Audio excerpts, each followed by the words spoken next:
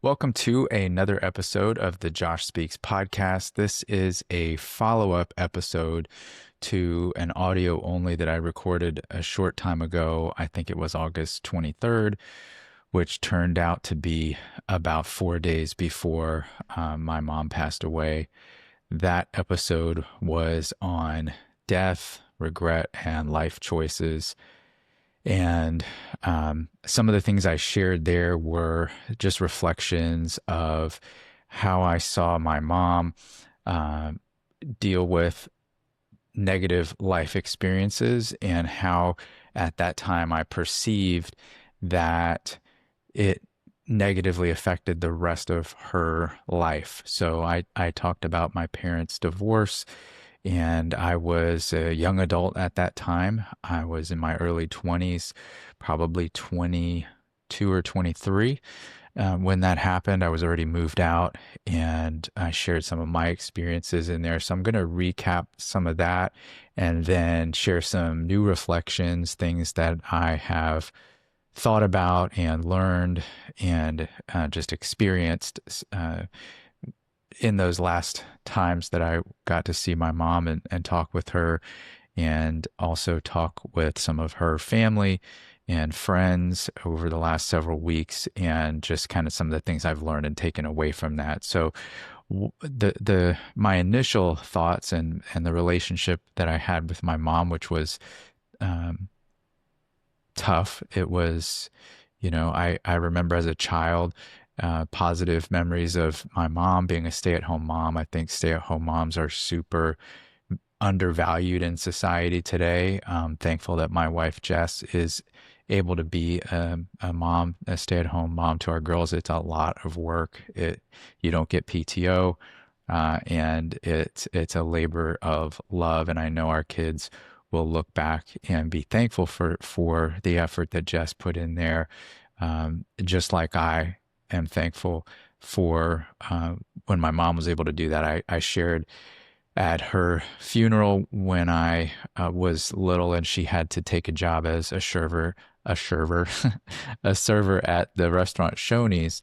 Um, I had to go to aftercare after school, and I hated it. And so I just was reflecting on what a gift that was, that she was able to be home with us for the majority of our childhood. So just want to say that for all the moms who have chosen to be a stay-at-home mom. This is no shade to moms who don't do that and work at all. I just feel like my life story, seeing my mom and my wife, a lot of times I don't feel like that gets the respect and the credit that it deserves. So I was super thankful for that with my mom. And then after the divorce, my experience was that she chose to move away, and first to New Mexico, then to North Carolina, the whole time I was in Florida. And so there was some physical distance and some emotional distance. And a lot of it I perceived at the time was that she was unable to have a forgiving spirit towards my dad for some of the difficult things that happened over the years and what ultimately probably led to the divorce. And I saw that physically just take such a toll on her physical health and her mental health. And it was actually really motivating for me in a lot of ways to work on my health and try to eat right and exercise and have an optimistic mindset, a gratitude mindset, a forgiving mindset, even when people do really rotten and crummy things to you. The quicker that you can acknowledge that, hey, we're all imperfect sinners that are going to make mistakes and hurt people, and whether you get the apology or not for you yourself and your own life, one of the best gifts that you can give yourself is to be able to practice that skill and that muscle of being able to forgive. Even the hardest one is unilateral forgiveness, where the other person is completely unrepentant of whatever they did or didn't do. Um, those are some of the harder ones.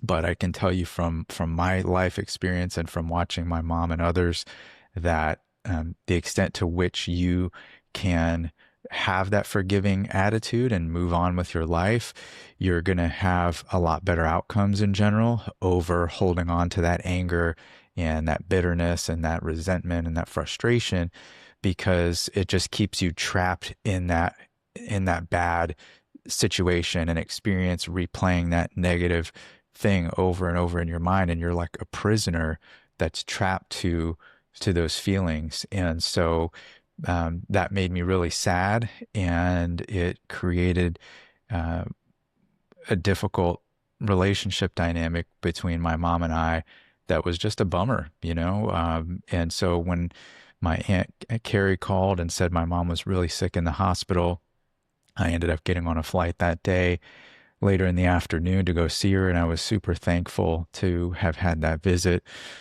I wasn't sure what I was going to say, how it was going to go, but it just felt like the right thing to do. And so I got there, and um, I gave her a hug, and she said, I'm sorry for everything. And we both started crying, and I'm not a crier. And so it was just a powerful healing for her and I's relationship. And while I was sad that we didn't have that sooner, I was also grateful that we had it at all.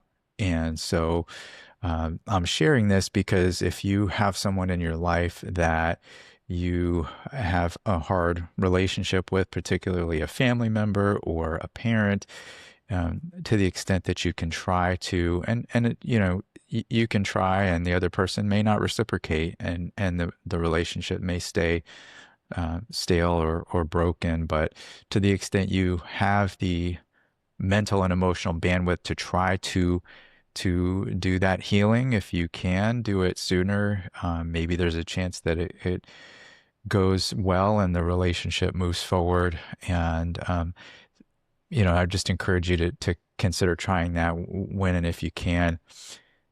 Something that I learned, another thing I shared on the other episode was just the contrast of how I saw my dad move on with his life, which was uh, I felt very resilient. He went through some super hard, difficult things, but I also saw him pick himself up and make some other moves. And he is remarried now for some time, and he worked on his health, and he has had a rich and full life since that horrible event of the divorce.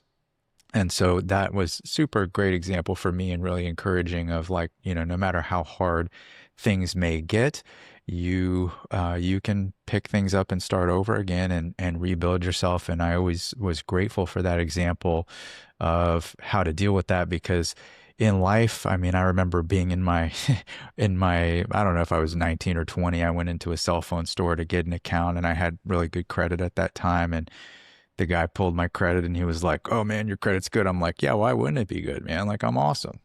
And then the Lord humbled me.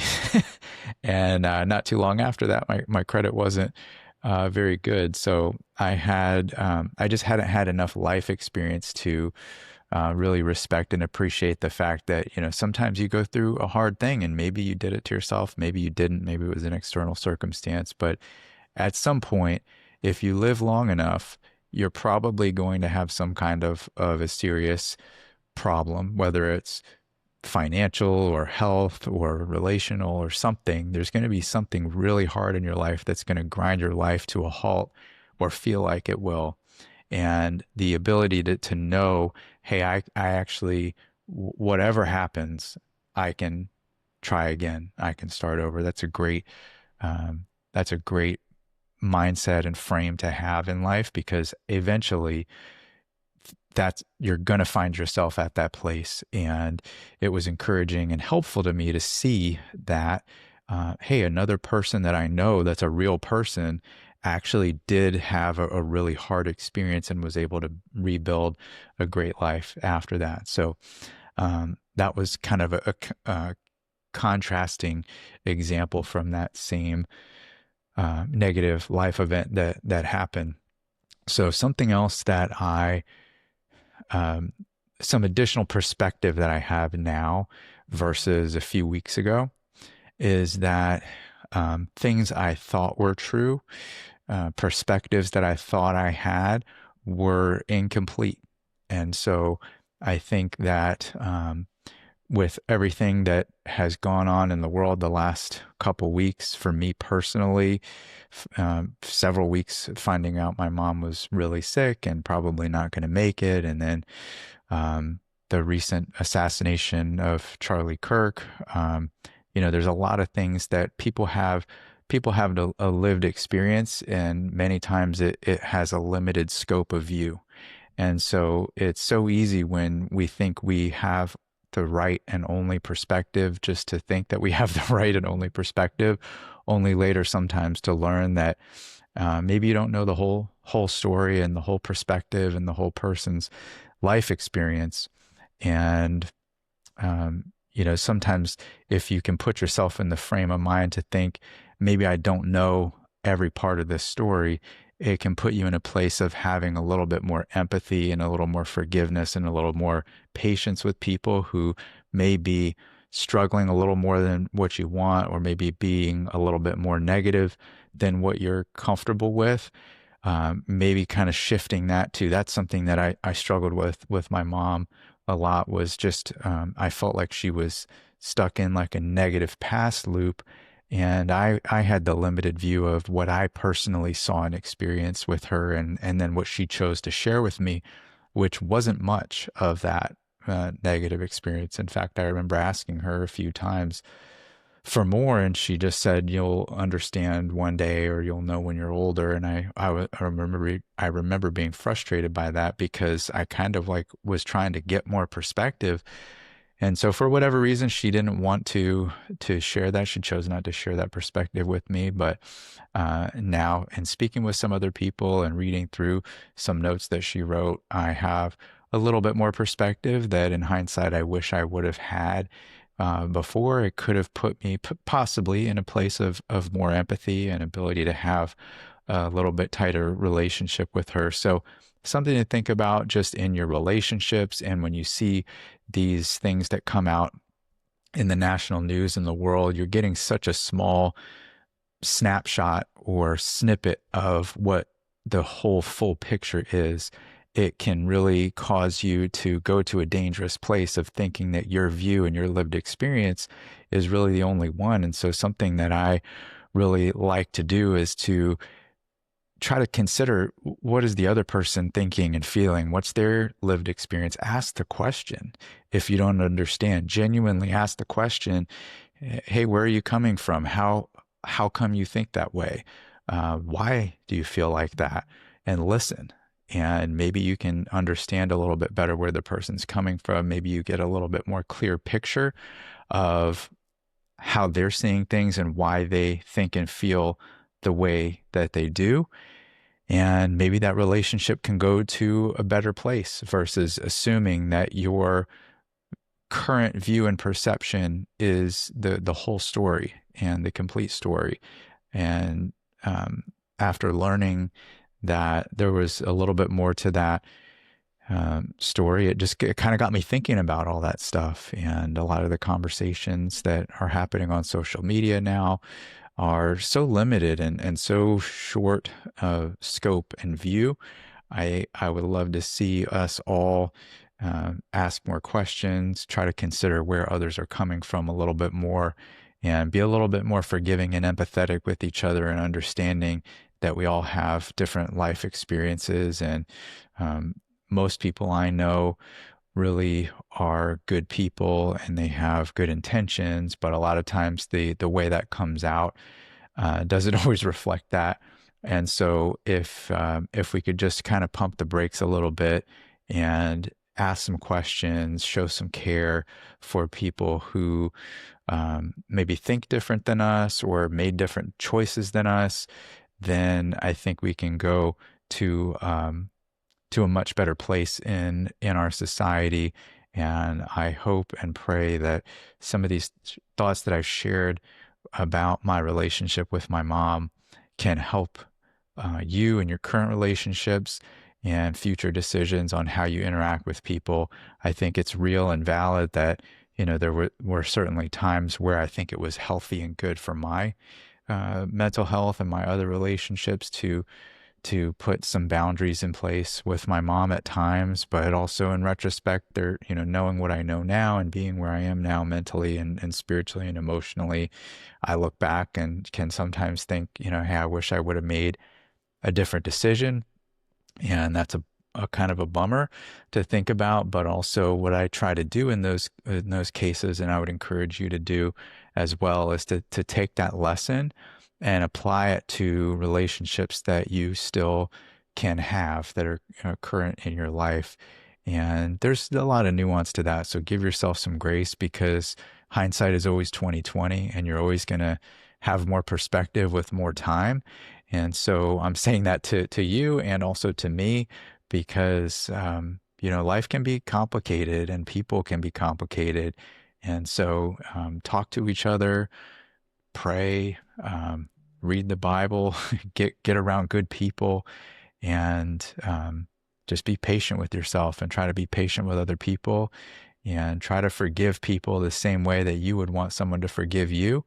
Because I think we've all, if we're honest, we could think about things we've done or not done, or situations that we've caused that created a lot of pain and frustration for people. And we would want someone to be forgiving towards us and give us another chance and allow us to improve and do better. And so, to the extent that you can do that with people, I really think that will help your life and help your relationships. And something else that I've seen, which made me really sad to learn, that my mom was really isolated from almost everyone.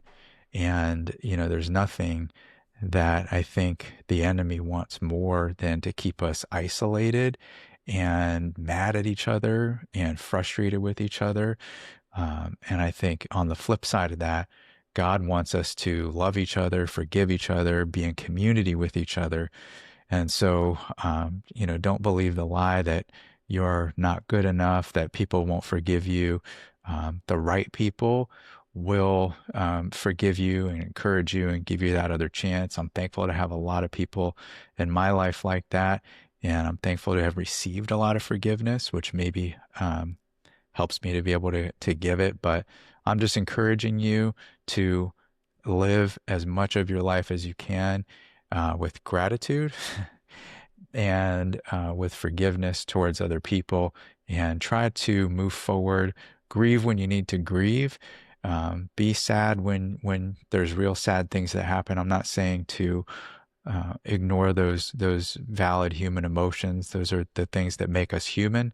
But to the extent you can find a way to move forward and move on and do more positive things in the world and in your life, I think you'll be in a much better place. So I hope these thoughts were helpful. And if you have any questions about any of this, please feel free to reach out. Thank you again for listening to another episode of the Josh Speaks podcast. And I hope to talk to you guys again real soon.